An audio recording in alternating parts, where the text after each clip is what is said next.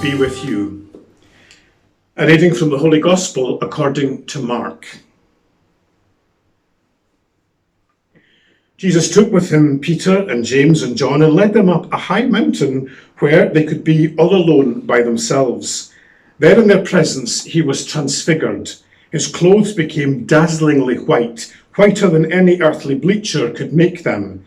Elijah appeared to them with Moses, and they were talking with Jesus. Then Peter spoke to Jesus. "Rabbi," he said, "it is wonderful for us to be here. So let us make 3 tents, one for you, one for Moses, and one for Elijah." He did not know what to say. They were so frightened. And a cloud came, covering them with a shadow. And there came a voice from the cloud, "This is my son, the beloved. Listen to him." Then suddenly, when they looked around, they saw no one with them anymore, but only Jesus. As they came down the mountain, he warned them to tell no one what they had seen until after the Son of Man had risen from the dead. They observed the warning faithfully, though among themselves they discussed what rising from the dead could mean.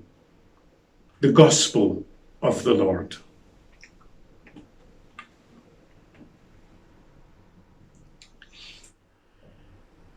I don't think the subject of COVID is anyone's favourite subject. I think I'm right in saying that. And therefore, it's a very bad starting point for a conversation, or a very bad starting point for a homily as well. But I want to suggest something about COVID that may make us more aware of what we need to do. And believe it or not, I'm supposing that we need a bit more silence, a bit more alone time, and a bit more me time. Let me explain. Because after COVID, we had no choice, but we were alone.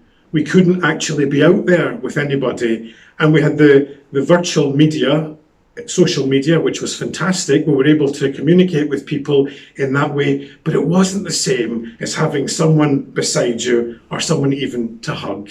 We had that alone time, which was not good. I am supposing that alone time is good, is very good. And as Christians, and as us Catholics, as we journey through Lent, we need to flick a switch on to say alone time is good time.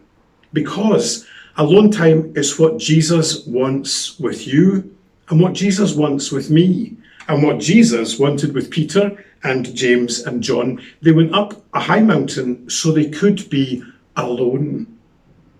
So click that switch in your head to say alone time is good time, and me time is good time.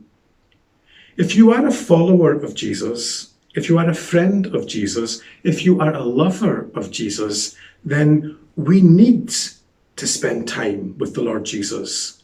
We need to get away from all that preoccupies us, all that distracts us, all that worries the life out of us, to go and be with Jesus, to spend time with the Lord alone and peacefully and quietly and prayerfully.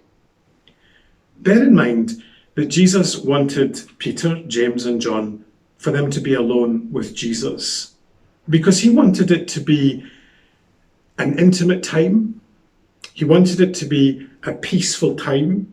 He wanted it to be a focused time. And in this example up the mountain, he wanted it to be a teaching time.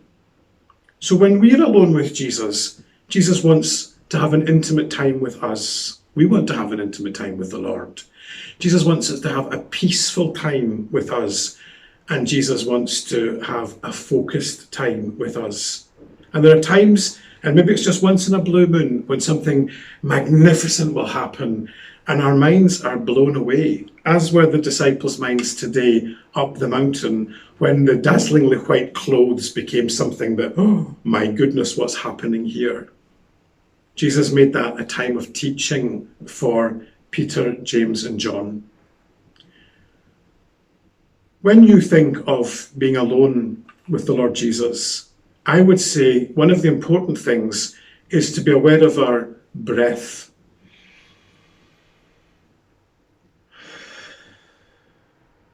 Make sure that you're breathing is peaceful. Take deep breaths. Breathe in the Spirit of God, and then breathe out everything in your life that's contrary to God. Breathe in the Spirit of the Lord, and breathe out everything that is not of God in your life at any given moment of prayer. It's a wonderful exercise of prayer.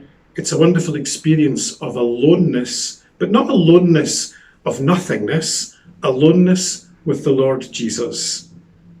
Our Lent journey is to help us become closer and closer and closer to the Lord Jesus. Our Lent journey is supposed to enable us to have the strength to announce the gospel and to live the Christian life and to be apostles and good followers of the Lord Jesus. We can only do that if we have the alone time, the quiet time, the intimate time with the Lord Jesus. So make another resolve for this Lent. You maybe already made it, or you maybe already do it very well now, and that's wonderful if you do. Continue. But if you don't spend some time alone with the Lord Jesus, even if it's just 5 minutes, 5 minutes is nothing. It's nothing.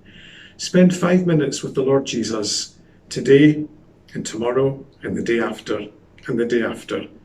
Make sure that you live this Lent for a purpose, and the purpose is this: to become the person that the Lord Jesus wants you to be.